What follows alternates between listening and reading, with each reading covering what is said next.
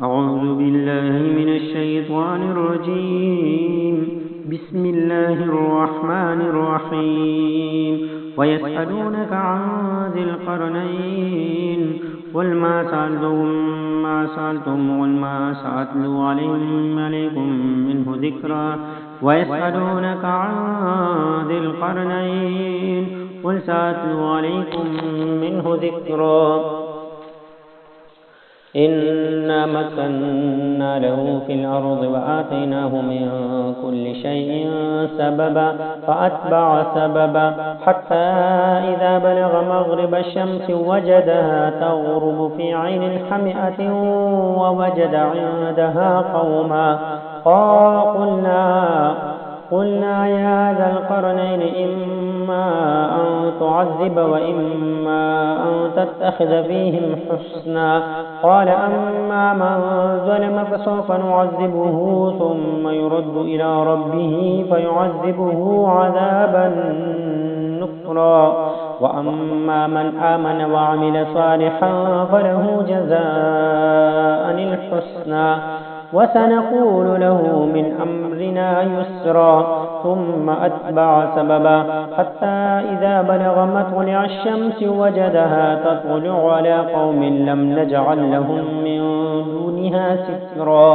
كذلك وقد أحطنا بما لديه خبرا. ثم أتبع سببا حتى إذا بلغ بين السدين وجد من دونهما قوما لا يكادون يفقهون قولا. قالوا يا ذا القرنين إن يأجوج ومأجوج مفسدون في الأرض فهل نجعل لك خرجا على أن تجعل بيننا وبينهم سدا. قال ما مكنني فيه ربي خير فأعينوني بقوة أجعل بينكم وبينهم ردما.